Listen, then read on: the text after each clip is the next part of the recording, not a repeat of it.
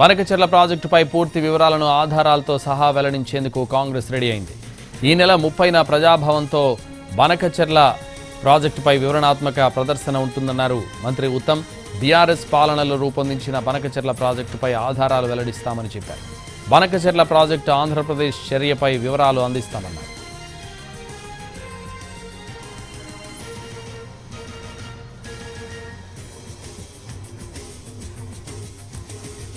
బనకచెర్ల ప్రాజెక్టుపై పూర్తి వివరాలను ఆధారాలతో సహా వెల్లడించేందుకు కాంగ్రెస్ రెడీ అయింది. ఈ నెల 30న ప్రజాభవన్లో బనకచెర్ల ప్రాజెక్టుపై వివరణాత్మక ప్రదర్శన ఉంటుందన్నారు మంత్రి ఉత్తమ్.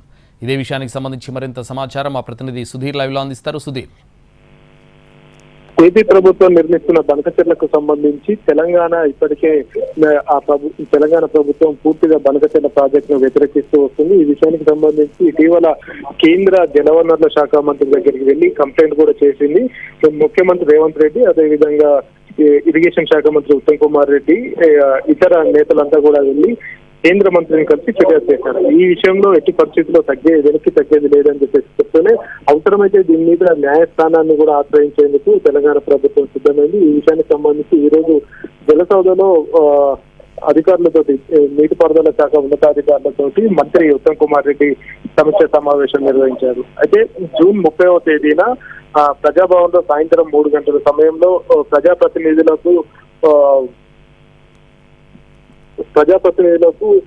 పవర్ పాయింట్ ప్రజెంటేషన్ ఇవ్వాలని చెప్పేసి కూడా నిర్ణయించడం జరిగింది. ప్రజాభవన్ లో జరుగుతున్న ఈ పవర్ పాయింట్ ప్రజెంటేషన్ కు ప్రజాప్రతినిధులు అధికారులు హాజరు కాబోతున్నారు. ఈ నేపథ్యంలోనే దీని వెనుక ఉన్న రాజకీయ నేపథ్యాన్ని కూడా బయటికి తీస్తాము. ఆంధ్ర చేస్తున్న రాజకీయ నేపథ్యం ఏదైతే ఉందో ఆంధ్ర నేతలు చేస్తున్న రాజకీయాలను కూడా బయట పెడతామని చెప్పేసి ఉత్తమ్ కుమార్ రెడ్డి కాసేపటిమే స్పష్టం చేశారు. అంతేకాకుండా బనకచెర్లకు సంబంధించి ఇప్పటికే ఇరు రాష్ట్రాల ముఖ్యమంత్రులు కలిసి కూర్చొని మాట్లాడుకోవాలని చెప్పేసి భావించారు. అయితే దానికంటే ముందుగా ఉన్నతాధికారులు ఎవరైతే ఉన్నారో ఉన్నతాధికారులతో కలిసి ఒకసారి సమావేశం కావాలని చెప్పేసి అయితే భావిస్తున్నారు.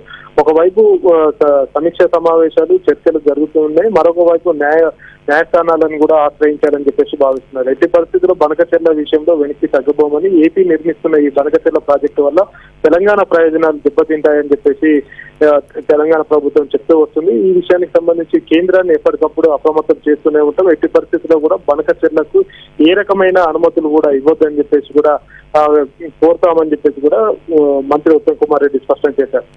Santosh. Right, thank you Sudheer.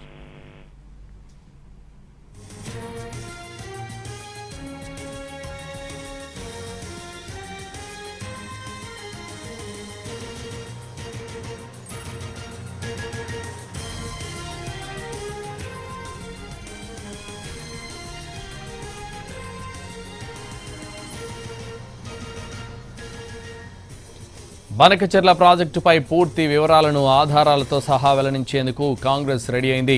ఈ నెల 30న ప్రజాభవన్లో బనకచెర్ల ప్రాజెక్టుపై వివరణాత్మక ప్రదర్శన ఉంటుందన్నారు మంత్రి ఉత్తమ్. బీఆర్ఎస్ పాలనలో రూపొందించిన బనకచెర్ల ప్రాజెక్టుపై ఆధారాలు వెల్లడిస్తామని చెప్పారు. బనకచెర్ల ప్రాజెక్టు ఆంధ్రప్రదేశ్ చర్యపై వివరాలు అందిస్తామన్నారు.